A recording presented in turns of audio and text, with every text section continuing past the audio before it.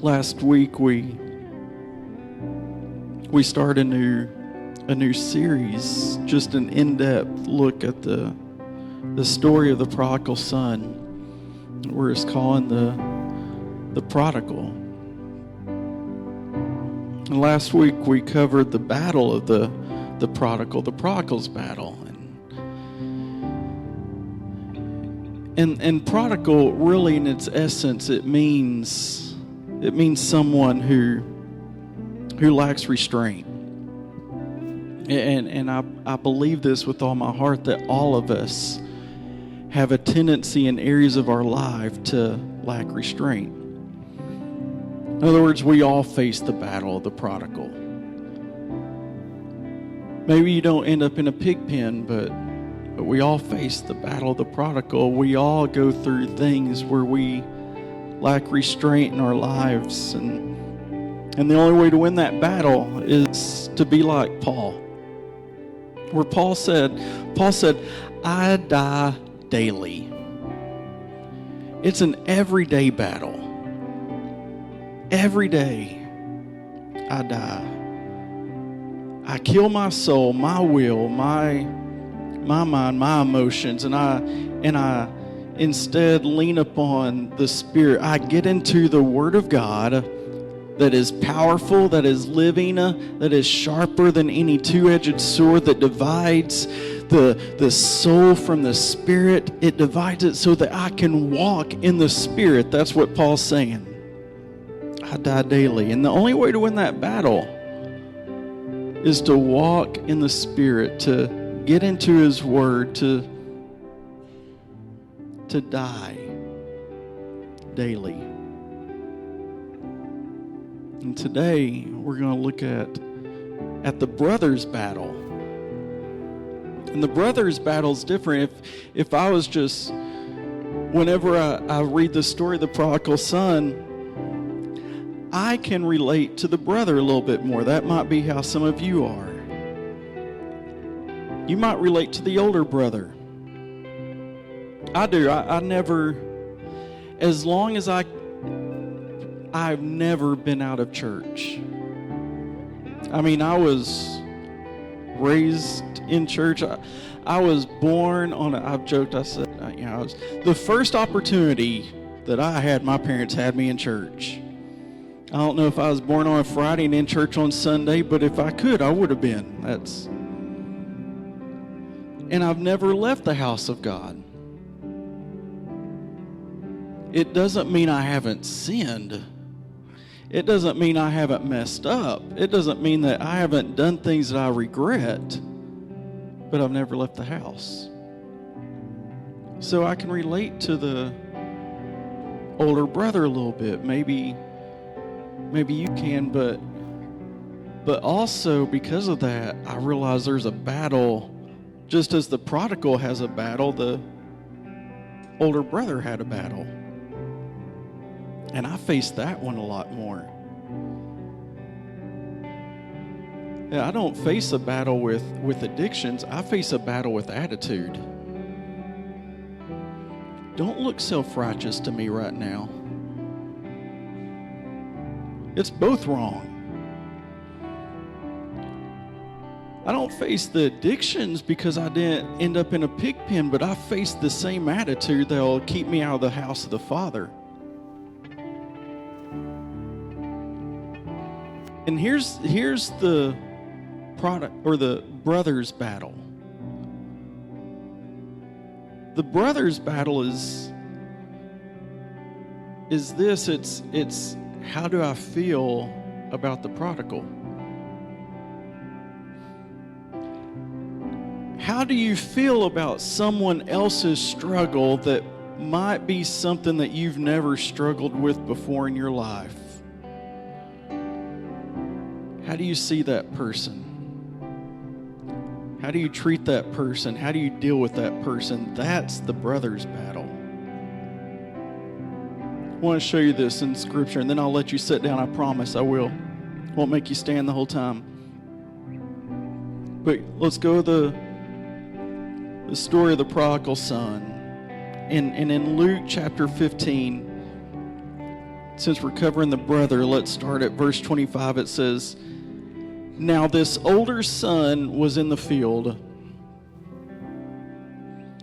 and as he came and drew near to the house, he heard music and dancing." I don't know how you hear dancing. They must have been tap dancing, clogging, something. But he heard dancing too. They were getting with it right there. So he called one of the servants and asked what these things meant. And he said to him, "Your brother has come, and because he has received him safe and sound, your father has killed the fatted calf." But he was angry and would not go in. I want you to catch that. He wouldn't go in. Something you might miss is this story ends. As the story ends, the brother never is in the house. He might have stayed with him, but when the story ends, the prodigal's in the house. The older brother's not. Your attitude can keep you out of the house.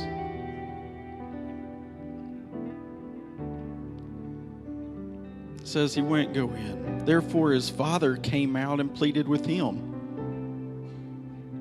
So he answered and said to his father, "Lo, these many years I have been serving you, and I have never," that's a big word right there, "I have never transgressed your commandment at any time. And yet you never gave me a young goat that I might make merry with my friends." We're going to stop there. This is a tough one. This one hits me. It might hit you. If you've been in church for any time, I promise this battle hits you. And let's cover it. Amen. Tell you what, turn to your neighbor and just tell them get ready, and you can be seated this morning.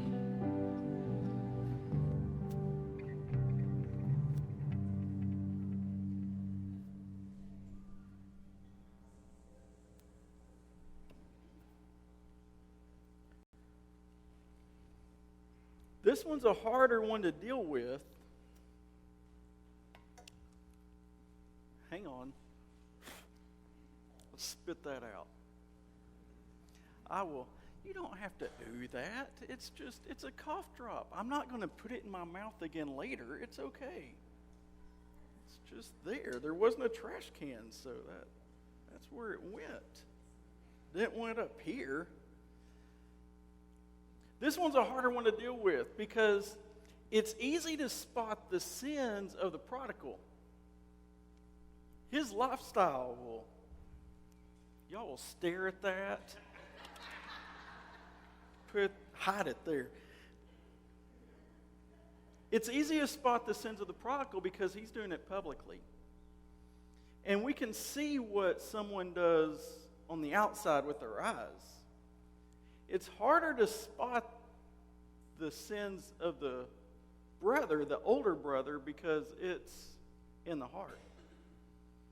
It's an attitude that he's dealing with, and that battle, and you think, what is that battle? What causes that battle? And here's really what the battle is. It is keeping our heart right when the Father's rejoicing over the sinner coming home. It's keeping your heart right over rejoicing when the Father is rejoicing over the sinner that is coming home. It's not allowing anger. It's not allowing jealousy and envy and those things to just build up and come in. And listen, here's the hard thing. This attitude would have started long before with this brother, because this attitude can come up even when the prodigal's still far from home. Because this older brother would have been watching his father set out on the porch looking out, wondering when's my son that's lost? When's he coming home? because he's looking. He found him when he was coming. He saw him still a far way off. So he's out there. He's just searching, looking, just waiting. When's my son coming home? When's my son coming home? And this older brother would have been watching this the whole time, and this attitude building up. And here's the lie that the enemy will tell you as he's watching out. The father doesn't love you as much as he loves him. He mistreats him. You're being left out. You're being neglected. You might think, well, that sounds crazy, but you would be surprised how many believers leave a church, get upset because the church begins to reach out to the lost, and they feel like they're being left out. And they feel like they're being neglected. And they're wondering, where's my attention? I'm not getting any. And we fall for the lie that says they love and the Father loves them more than He loves me. This is the battle. This is the battle that is taking place in the heart of this brother. That I'm missing out on this moment. And you got to realize this. Why did Jesus even tell this parable? Because in this chapter of Luke chapter 3, or Luke chapter 15, I got the 3 wrong because in Luke chapter 15 he told 3 parables that he gave. It was the parable of the lost sheep, it was the parable of the lost coin, and it was the parable of the lost son. And most people don't even realize and catch why Jesus told these parables in the first place. But if you look at the very beginning of the chapter, Jesus explains it clearly. Look at this. In Luke 15:1 it says, "Then all the tax collectors and the sinners drew near to him to hear him. And the Pharisees and scribes complained, saying, 'This man receives sinners and eats with them.'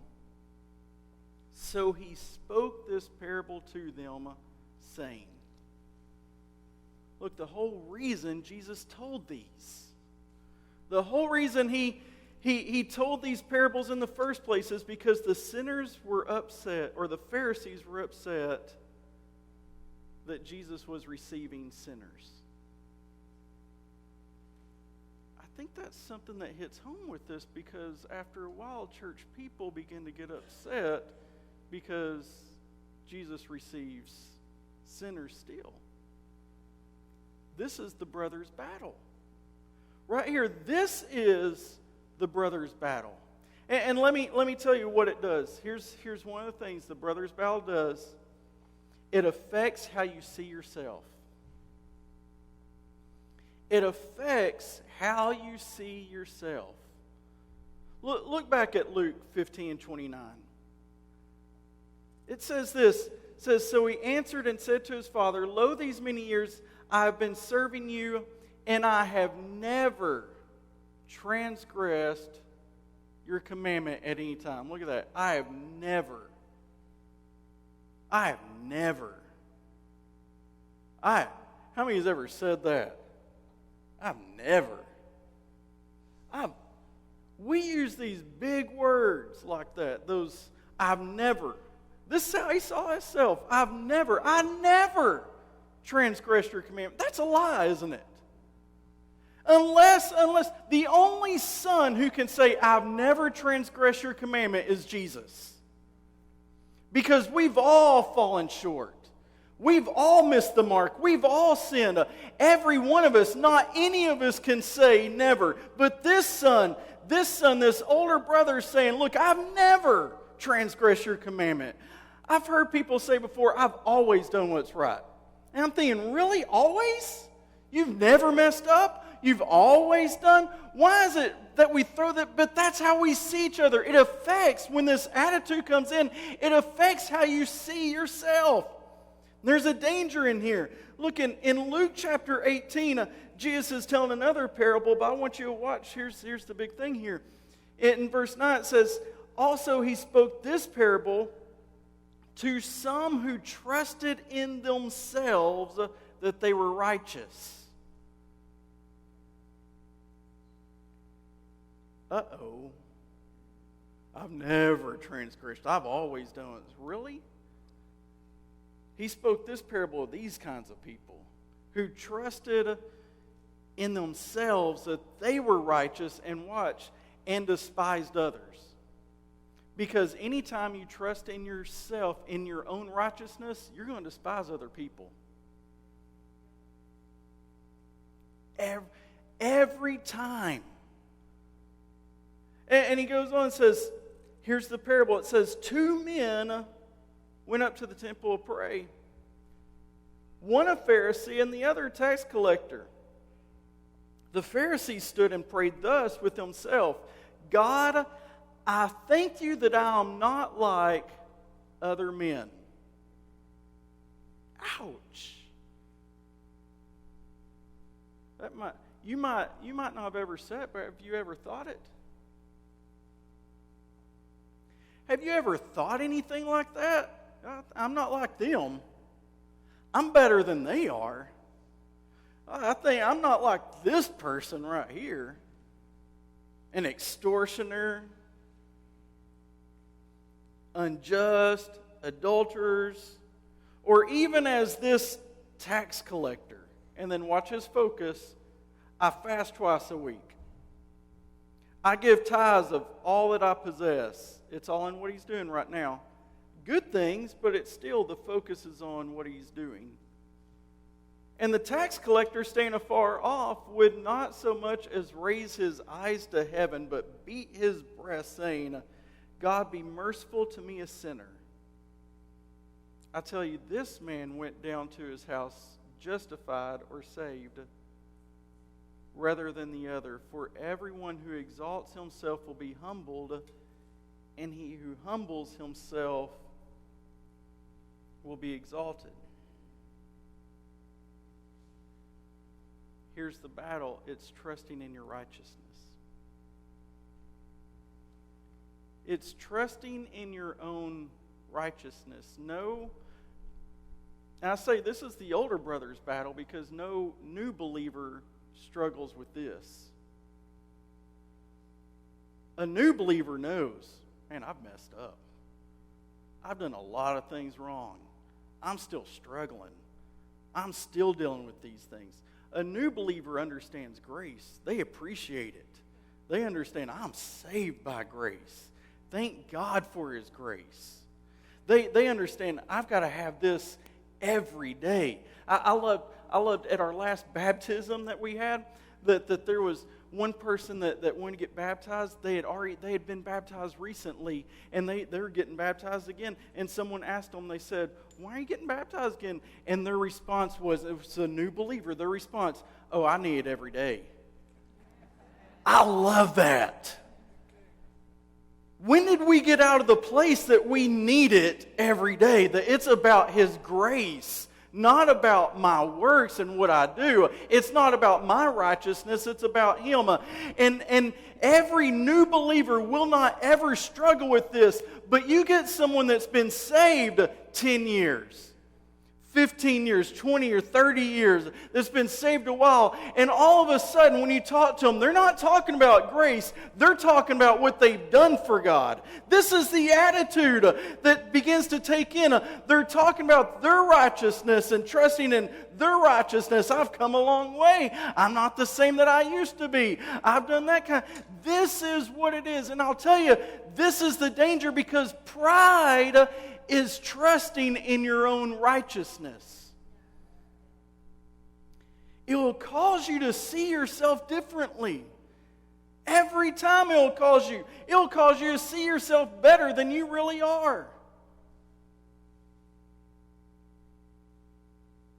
We might refer to them and say, well, they've just got, you might even say, I know I struggle with high self-esteem.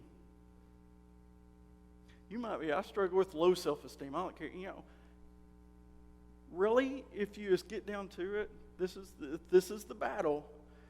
Take high and low out, and go ahead and take esteem out, and that's what you struggle with. You struggle with self. That's the battle. It's right here.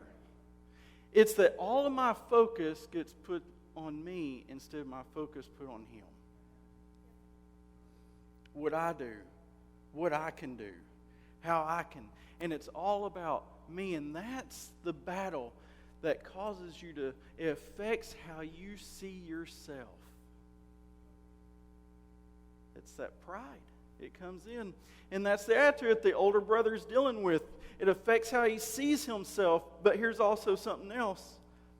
Here's what else it does. It affects how you see others.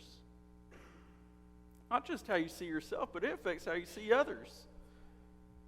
In Luke chapter 7, Jesus, watch this whole story. And as it says, then one of the Pharisees asked him to eat with him, and he went to the Pharisee's house and sat down to eat. And behold, a woman in the city who was a sinner, when she drew near, when she knew that Jesus sat at the table in the Pharisee's house, brought an alabaster flask of fragrant oil and stood at his feet behind him, weeping. And she began to wash his feet with her tears and wipe the feet with the hair of her head. And she kissed his feet. Oh, now it's just gross.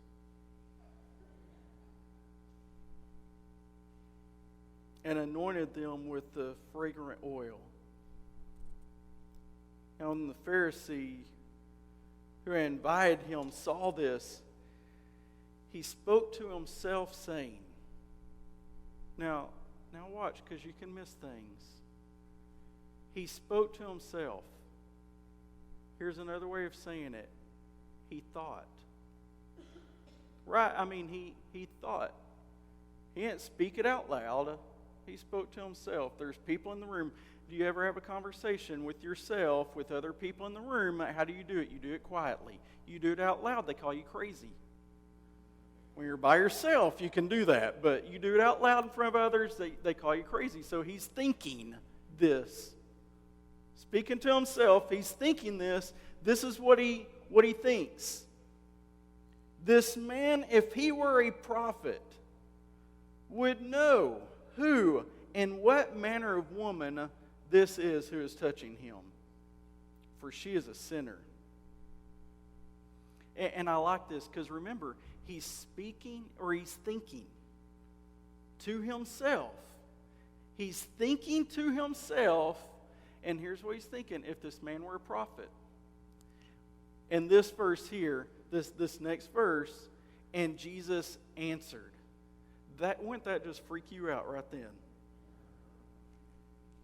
You're thinking quietly, Jesus just, I'll answer that thought you're having right now. Are you ready? He answered and said to him, Simon, I have something to say to you. He said, Teacher, say it. There was a certain creditor who had 2 debtors. One owed 500 denarii, and the other 50. A denarius, denarii is plural. Denarius is a day's wage. So one who owed 500 days' wage, another 50. You do the math, figure out. I don't do math. And when they had nothing with which to repay, he freely forgave them both. Tell me, therefore, which of them will love him more? Simon's the Pharisee. Simon answered and said, I suppose the one whom he forgave more. He said to him, You have rightly judged. Then he turned to the woman and said to Simon, Do you see this woman? I entered your house. You gave me no water for my feet, but she has washed my feet with her tears and wiped them with the hair of her head. You gave me no kiss, but this woman has not ceased to kiss my feet since the time I came in. You did not anoint my head with oil, but this woman has anointed my feet with fragrant oil. Therefore I say to you, her sins, which are many, are forgiven.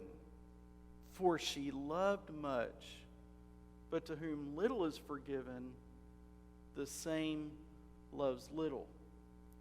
I think a lot of people miss really what this is talking about. They miss the point of this passage. A lot of people will look at this, and I have too before looked at this, and you think he's saying that others owe him more. And that those that owe him the most, man, they'll love God a lot more. And those that owe God a little bit, they're just not going to be as passionate. That's not what this is saying.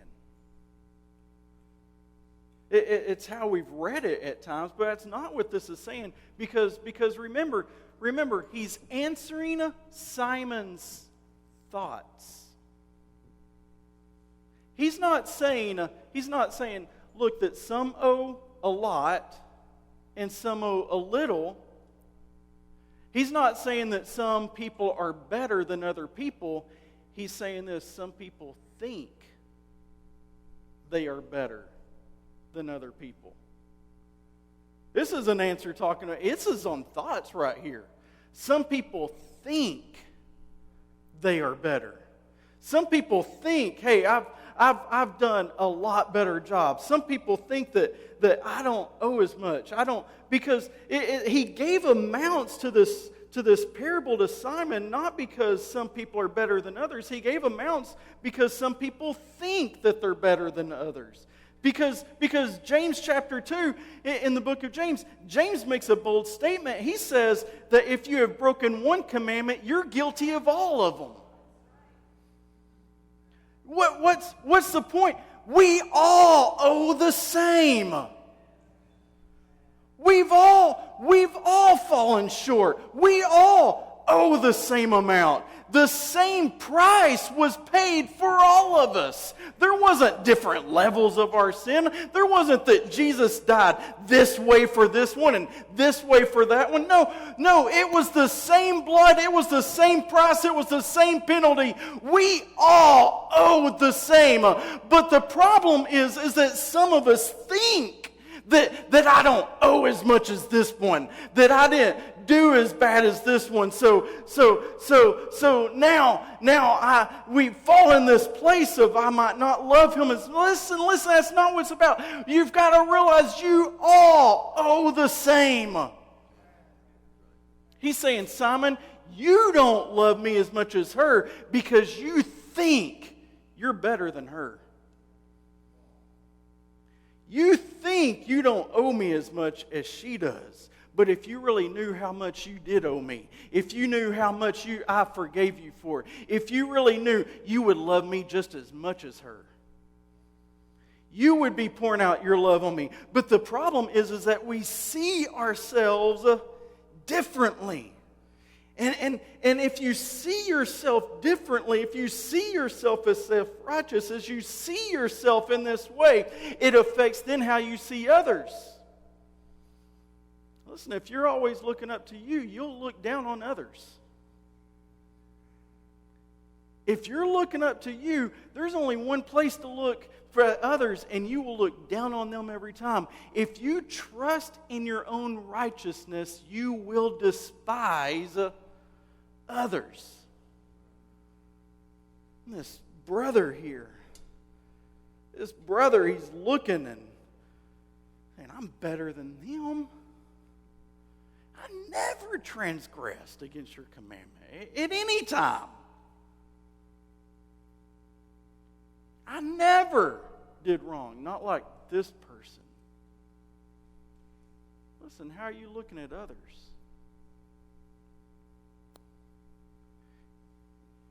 So here's what the battle, it affects how you see yourself. It affects how you see others, but it also affects how you see the Father. It affects how you see the Father. Remember, there's 3 parables in Luke 15. And all of them, there's the one, it's the shepherd has lost a sheep. The widow has lost a coin. The father has lost a son. The picture here is that the father has lost something precious, something of value. It's every one of these parables, they're dealing with the loss of something that is precious to them, that is valuable.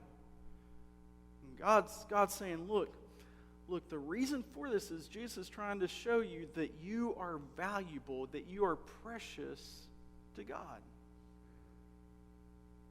But the older brother doesn't see it like this. It affects how he sees the father. Look at verse 29 again. And let me show you it, because there's another never in there. He said, Lo, many years I've been serving you. And I never transgress your commandment at any time. And watch this.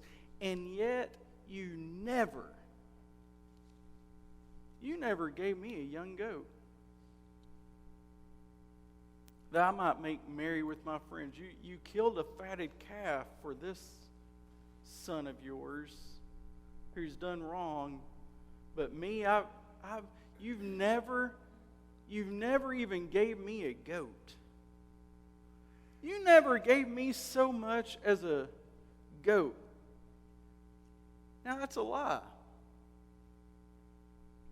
And it's clearly a lie. Let me show you in verse 11 and 12, and watch, it says, and he said, a certain man had 2 sons. The younger of them said to his father, Father, give me the portion of goods that falls to me. Watch, so he divided to them his livelihood. He didn't just give an inheritance to his younger son. He gave an inheritance to his older too. He divided to them. And if you know Jewish customs, the older son got twice as much as an inheritance as the younger son. That was part of the firstborn rights. He got twice as much as the younger, and yet he's now standing in front of his father with this attitude and going, you've never even gave me a goat. Seriously? I gave you 2/3 of my livelihood. I divided out the inheritance and gave you twice as much as your younger son. And you're whining to me that I never gave you anything? He's over there. You never even gave me a goat. Oh, poor mistreated boy. Never gave me anything. I don't have anything. You love him more than you killed a cow for him and never even gave me anything. And this is the attitude, because he saw himself incorrectly, because he saw his brother incorrectly. It affected how he even saw his father, which he saw now incorrectly. I miss out. You love this one more. But look at the father's response. Look at the response here at verse 31. It says, and he said to him, Son, you are always with me, and all that I have is yours. You're always with me, and all that I have is yours. Forget the fact that I've already divided it out and gave you your inheritance.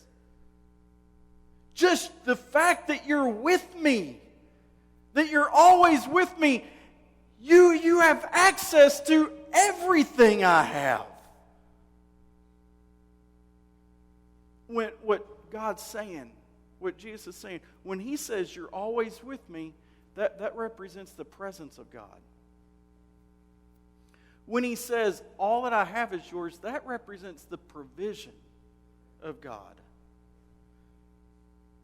He's saying, look, because you're with me, you have my presence and you have my provision. You want to know the sad thing about this story?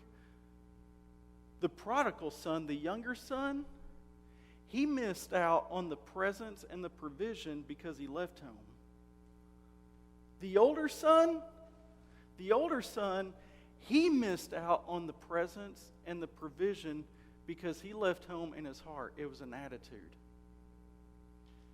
They both missed out. They both missed the presence and the provision. That's why you can watch in a church service where it's just the glory, the presence of God falls heavy in the place. Have you ever been there? And it's just falls, and it's like, oh, I can just feel His presence. And you can leave that place going, man, His presence was so mighty. And in the same church service, there can be somebody who's an older Christian that goes, man, they just didn't sing the right songs today. I just didn't feel it.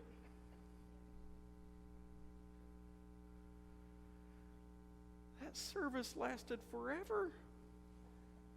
Did you not see how that preacher kept pushing and pushing? It was like, when's he just going to end this thing so we can go out to eat? They were in the house, but they missed the presence. They were in the house, but they missed the presence. This older brother, like an older believer, he was in church every week. He never left. He was always there. But because of anger and jealousy that had built up, he saw himself as better than everybody else. He saw everybody else as underneath him. He even affected how he saw the Father, and he's missing out on the presence. He's missing out on the provision. He's missing out on the blessings. Why? Because he's left in his heart. That's the battle of the brother. And I'm tired of seeing Christians after a while lose the battle because they think it's all about them. It's all about their righteousness. And they begin to look down and despise others. And they don't even realize it has affected their relationship with God. And now they find themselves outside the house wondering and complaining about what's happening in.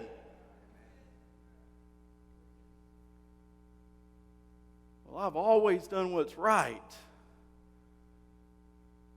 Have you ever wondered why Jesus made a statement that on that day when they stand before God, that He will say, He'll divide the sheep from the goats, and He'll say, depart from me, I never knew you.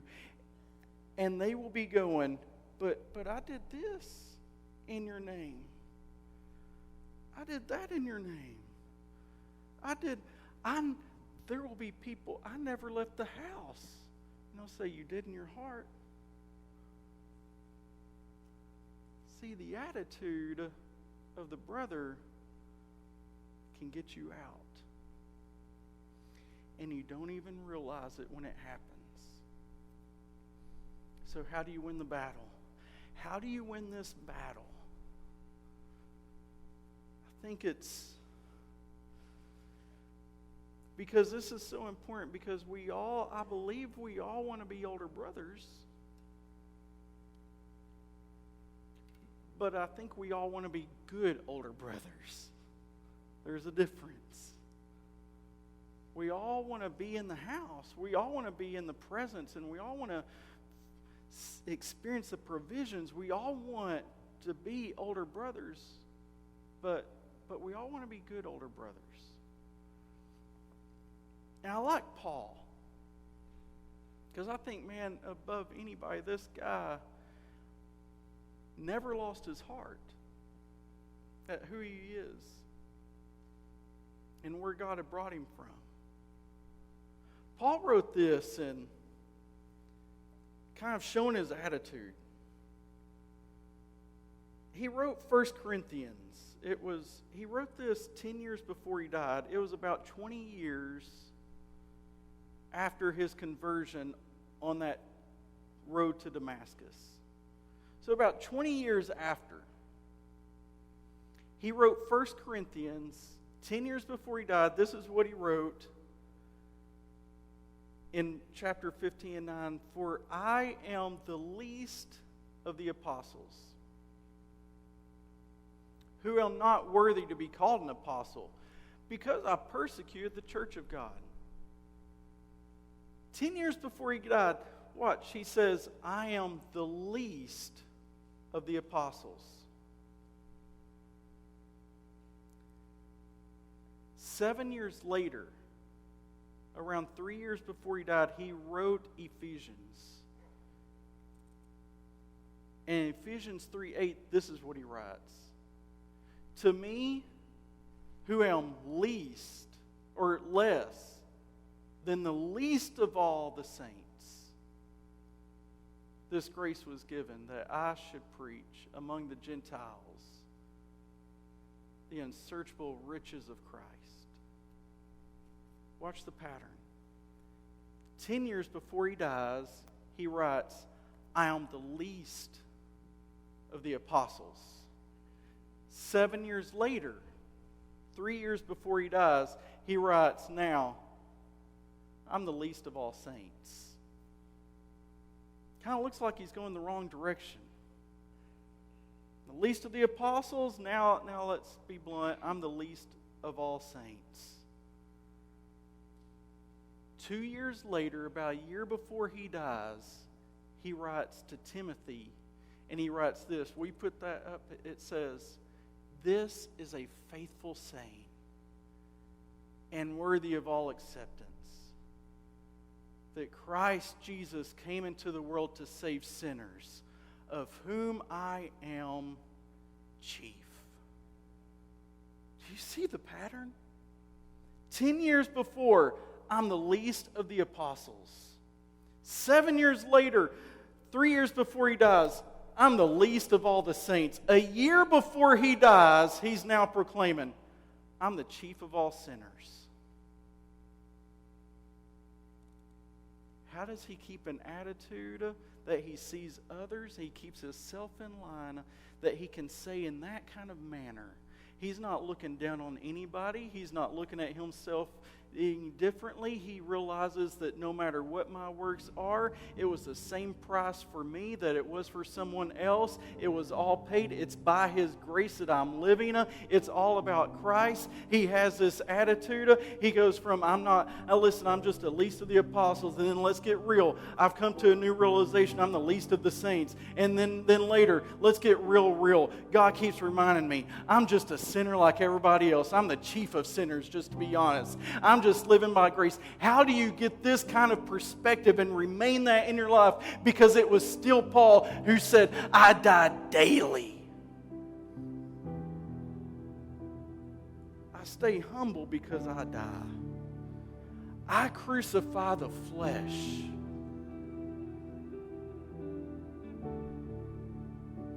So it was Paul who preached. Didn't feel left out because sinners were getting saved. It was Paul who was such a great evangelist that while he was in prisons, historians will say they switched out the guards every 5 minutes because they realized if they left him there, if they left a guard with him for more than 5 minutes, he converted them.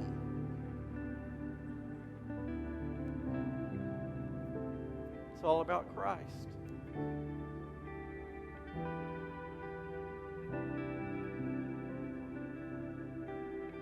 Listen, how are you looking now? How do you see yourself? How do you see others? Are you letting things come in? Is it even affecting how you see God right now?